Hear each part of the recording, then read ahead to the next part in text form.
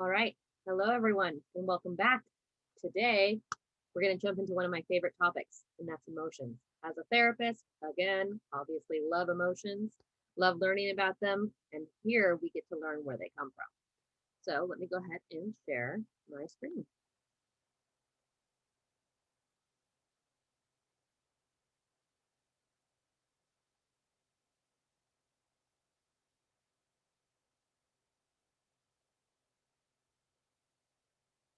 Alrighty. So this is going to be a subchapter in chapter 6, the emotional development of infants and toddlers.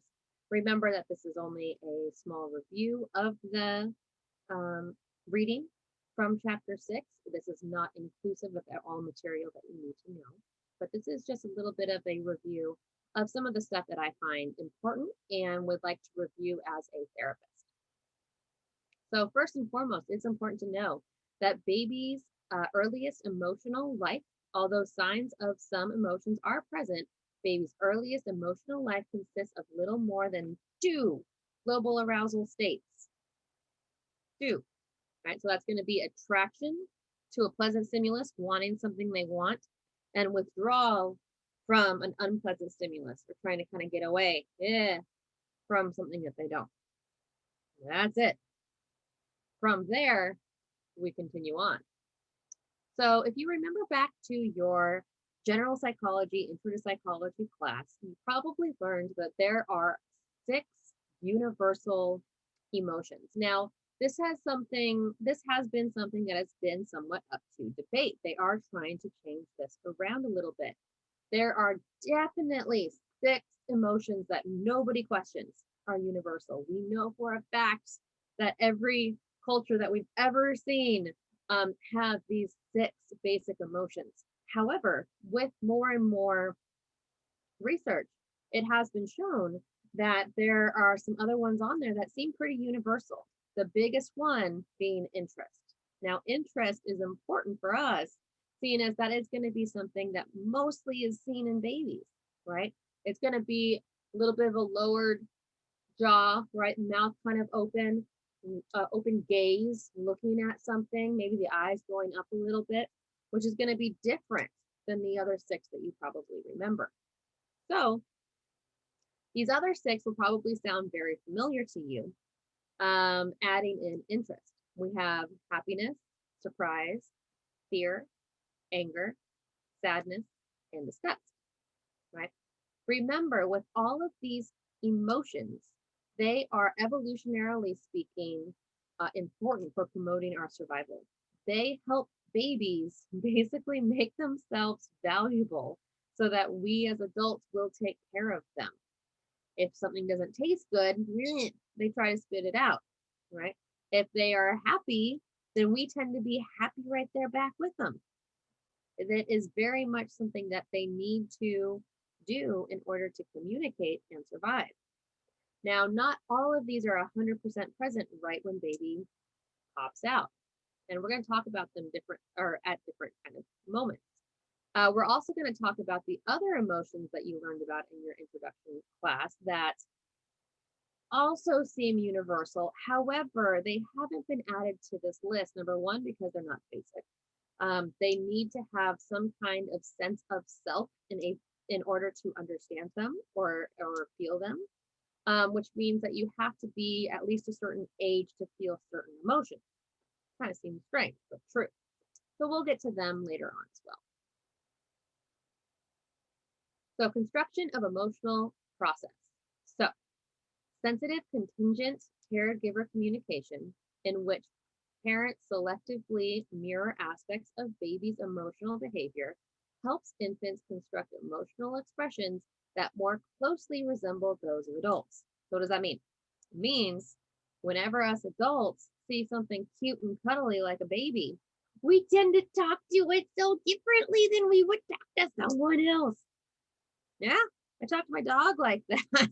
My cat, my fish. I mean, if I'm in a mood, right? So it's something kind of innate within most of us that just kind of comes out whenever something cute and cuddly is around. And that's helpful. It is good that as adults do that because it accentuates our facial features. It makes us more interesting and enticing to listen to with our high pitched voice and our different cadence. Yeah. This way, baby can kind of pick up on our communication style and start mirroring it back to us, right? They're going to have a bigger smile when we show them a bigger smile because they're going to be able to identify it better, right? They're going to do the shoulders up and the head back and forth because we're doing it too. And this back and forth is going to help baby get better at its body communication and expression of emotions. So that's a very important first phase. With age, face, voice, and posture start to form organized patterns that vary meaningfully with environmental events. Yep. So baby's paying attention to when mom's happy, when dad's not. Right? The baby's going to be able to start figuring things out by monitoring the age, face, voice, and posture of everything. Again, there are 7 basic emotions, but your book is going to go into detail with 4. The reason for that is because there's much more evidence for these 4 basic emotions, aka happiness, anger, sadness, and fear, than the others that we mentioned earlier. So let's kind of take a look at those ones. So we have happiness. Yay, right? This is smiles and laughter, things that do change during the duration of baby. So babies laugh, he encourages parents to laugh. And all of a sudden you're in a cycle, right? It's again a communication back and forth. Babies between 6 and 10 weeks can develop a social smile, which is basically evoked by the parent's facial communication. Parents smile, baby smiles. Yeah. There's laughter. Laughter usually appears in 3 to 4 months or so. So babies don't come out of the womb laughing. And this can also be evoked by different kinds of stimuli. Most of the time, very active, very high energy.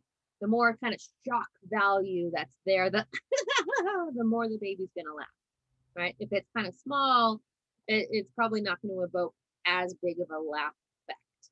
They don't understand subtlety quite yet. They just like the big stuff.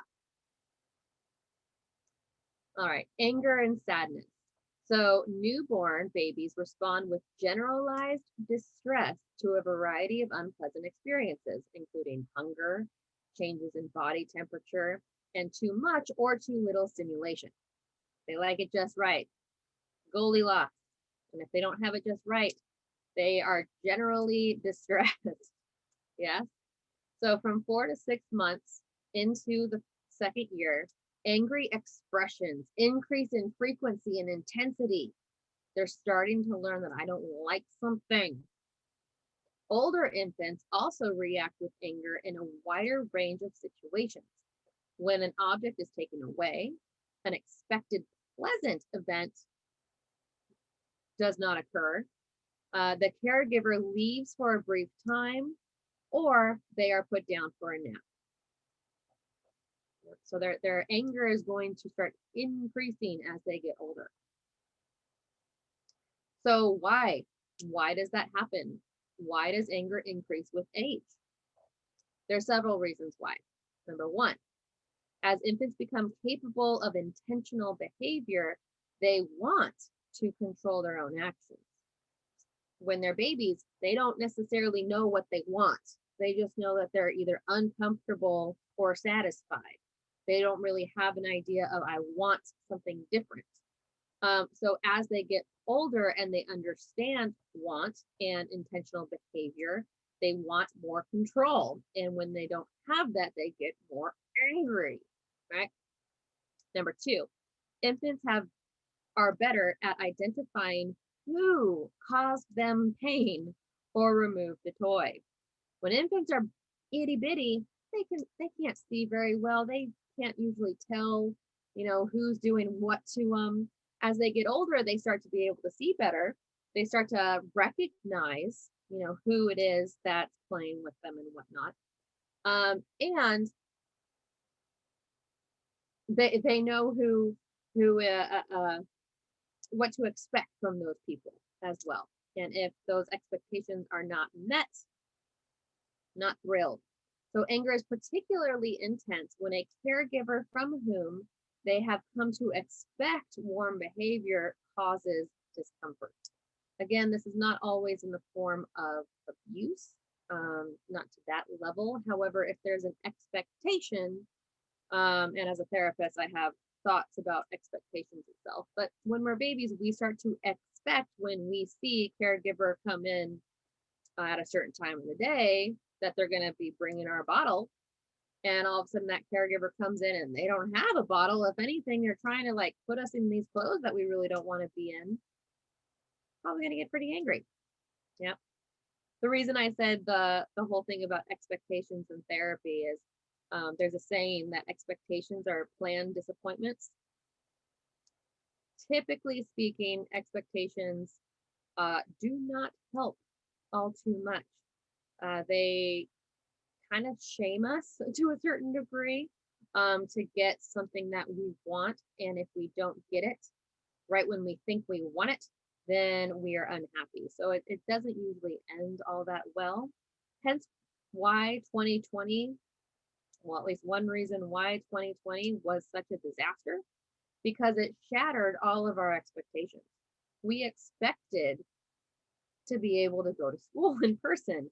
We expected to be able to leave our houses. We expected that, you know, grocery stores would always be fully stocked.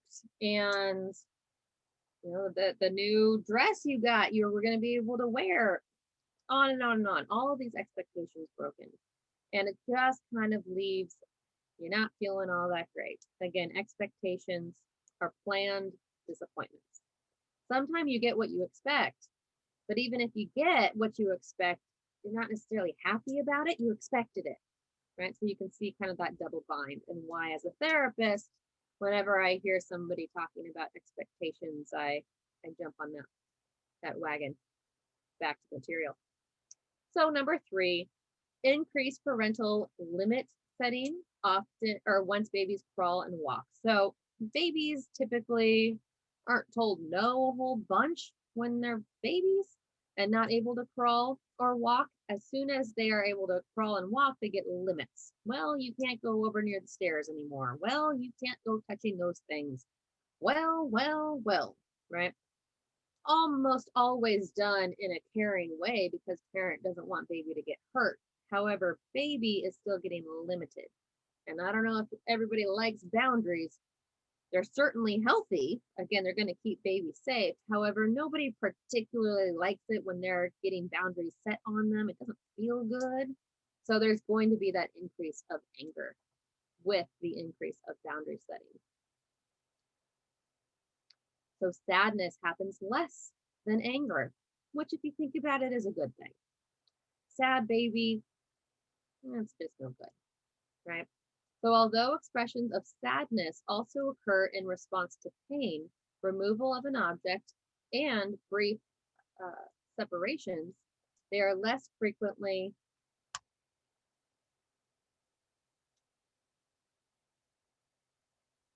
I'm recording this, right?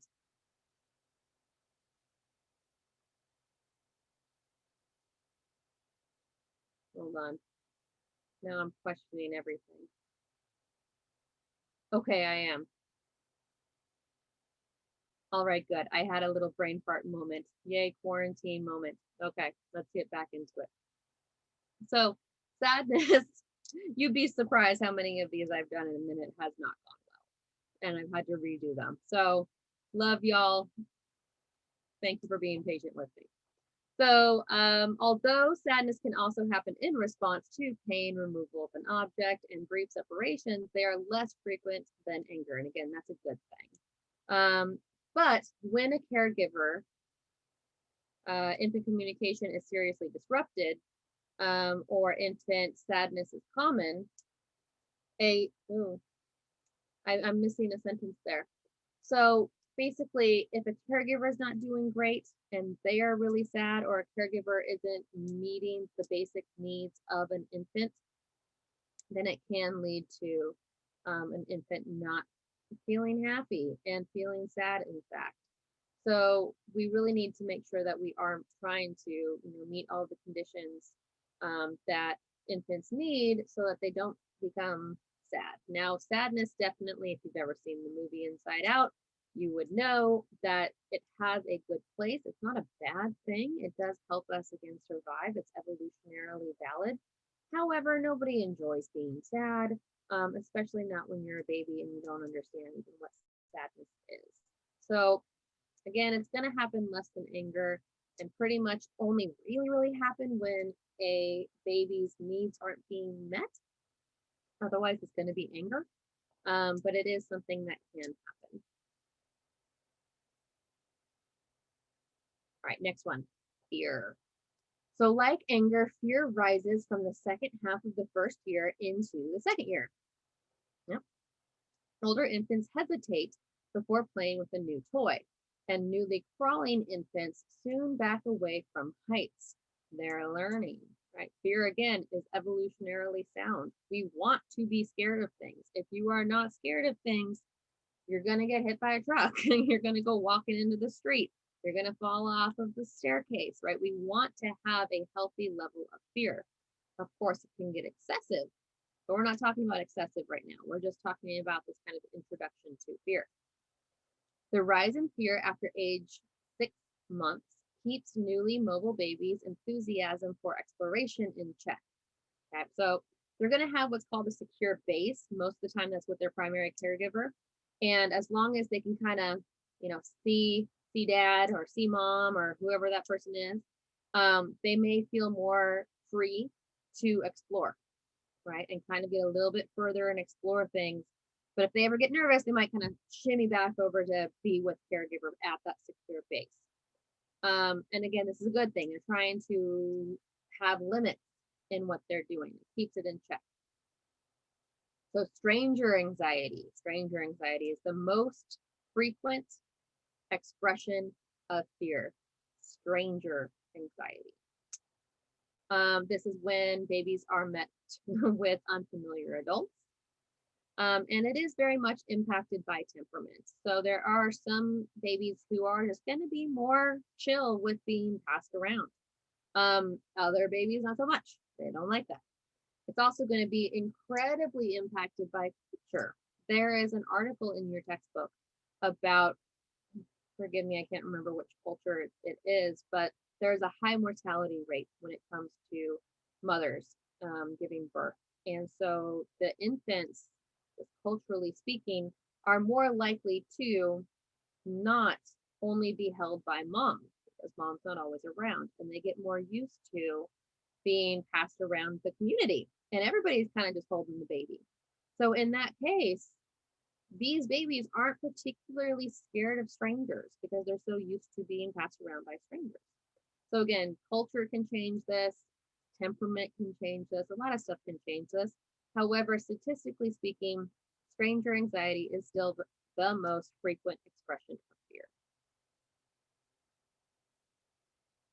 Understanding and responding to the emotions of others. So this is something that's kind of a review in this chapter.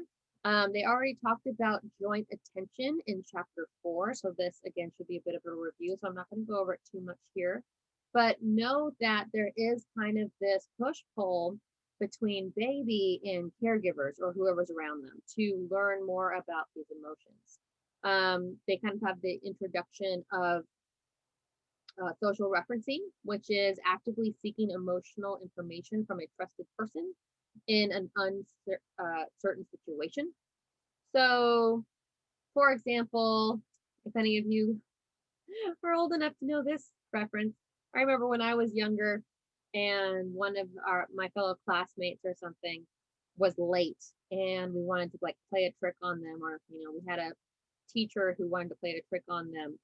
All of the students would wait for them to come back from the bathroom or whatever it might be, or who knows, and we would stare above the front door that we knew that they were going to walk in, right? And so they would walk in and they'd see all of us looking up at the top of the door, and they'd freak out, right? What is it, giant spider? So that's an example of social referencing. It's actively looking out to people you quote unquote trust to give you communication about your environment. So babies are going to do the same kind of thing. They're going to notice if mom and dad or whoever is always looking over at that thing, maybe I should look over at that thing, right? They're going to pick up this joint attention and reference system, especially in uncertain situations.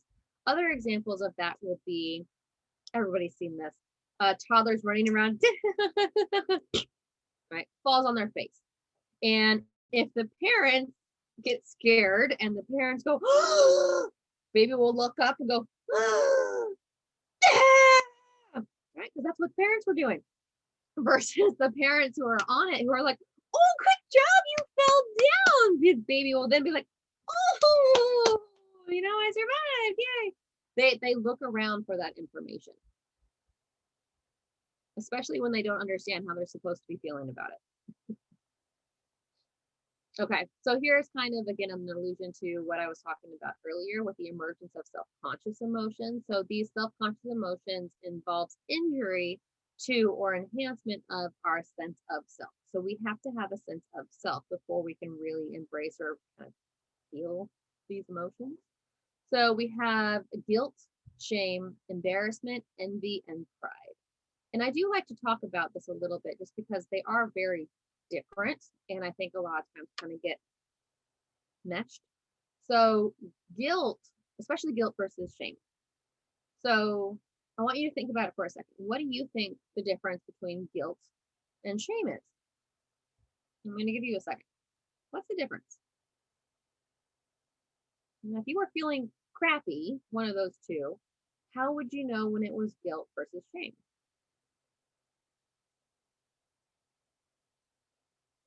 All right, can I have an idea?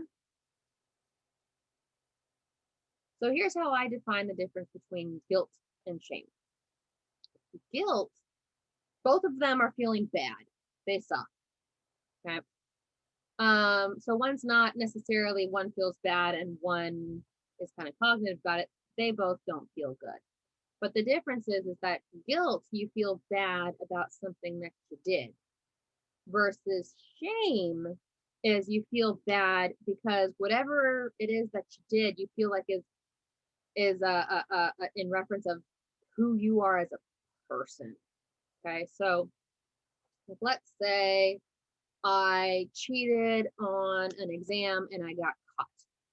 Okay, don't do that. You'll get caught. It already happens with journals and stuff. Don't do it, please. Okay.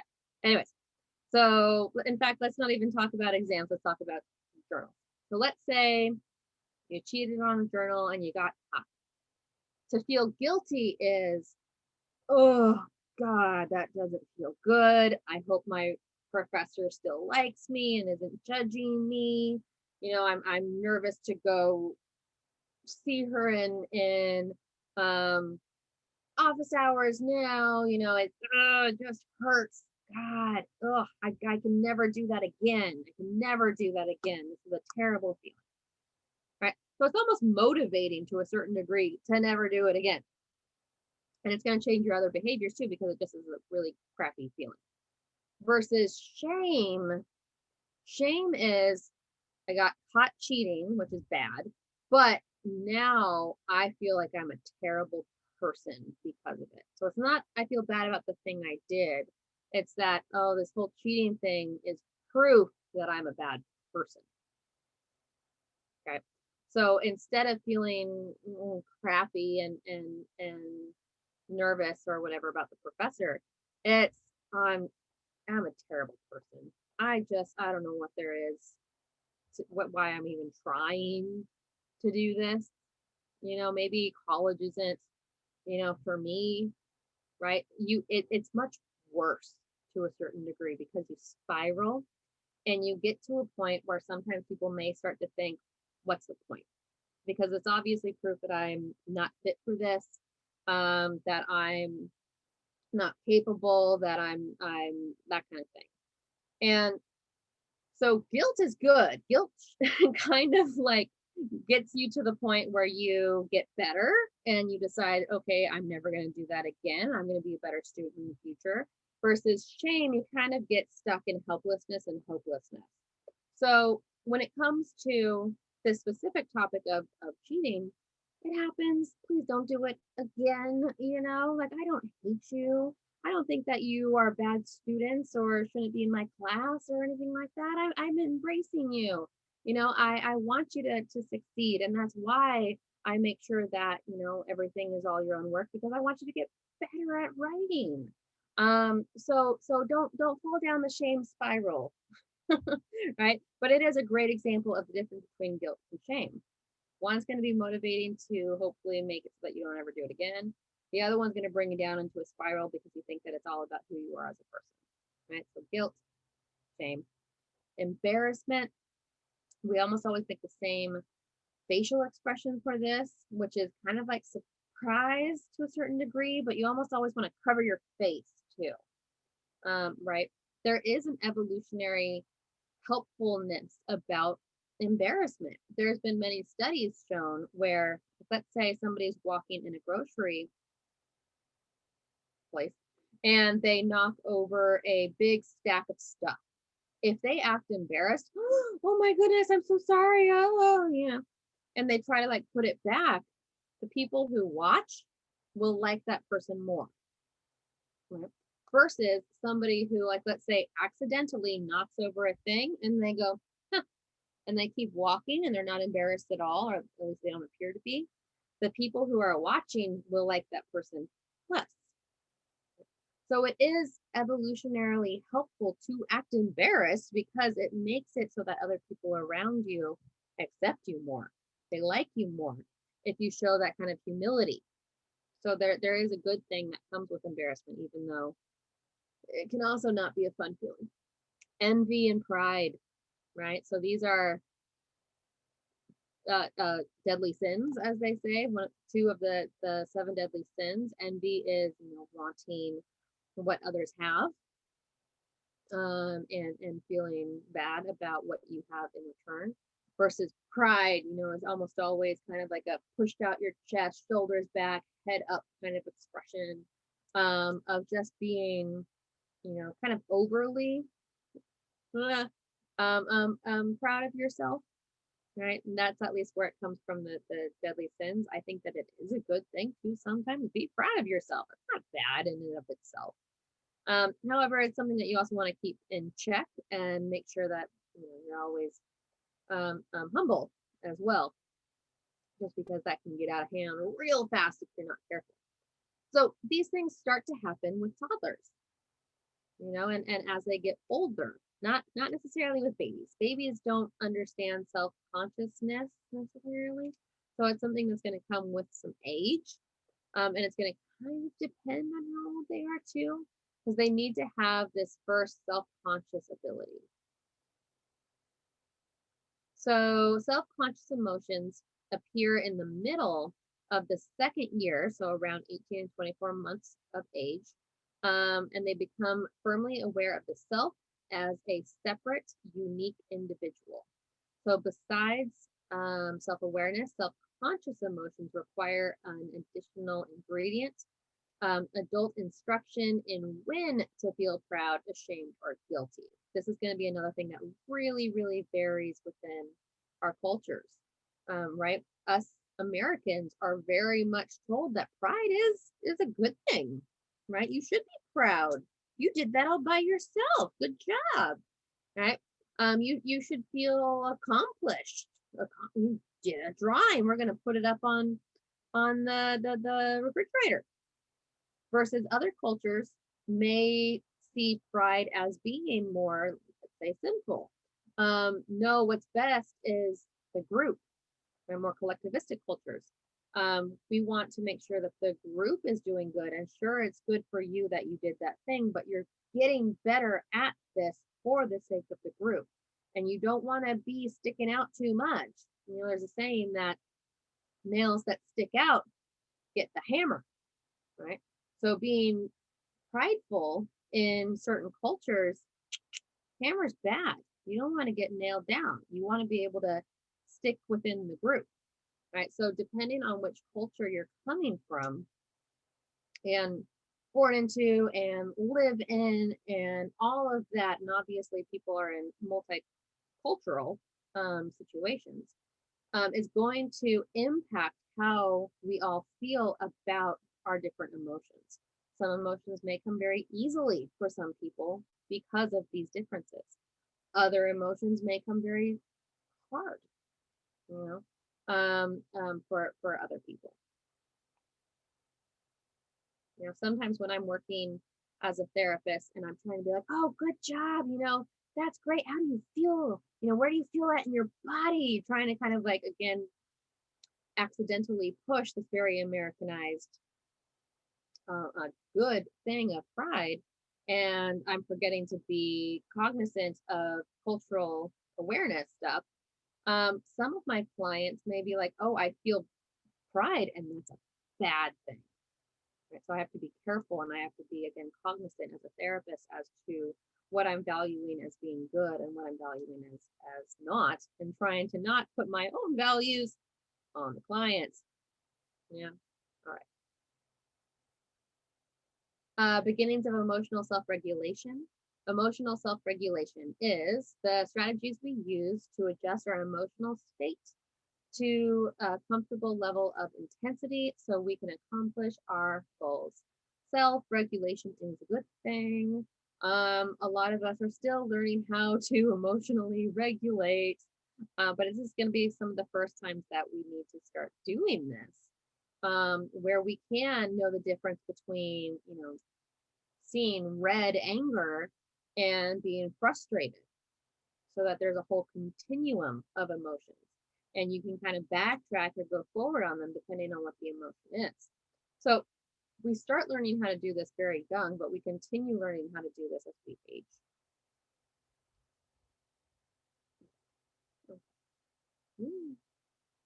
So that is everything that I have to share about that. If you have any questions, please feel free to come see me in office hours. I always enjoy seeing all of your lovely faces. It has been pretty quiet so far in the office hour. I've had one person come see me, so thank you to the one person. But I would like to see more of you if you can. If you have questions or anything, I'd be happy to answer. Or if you just want to come in and say hello, I'd be happy to see you there too. Anyways, I hope you have a lovely rest of your week.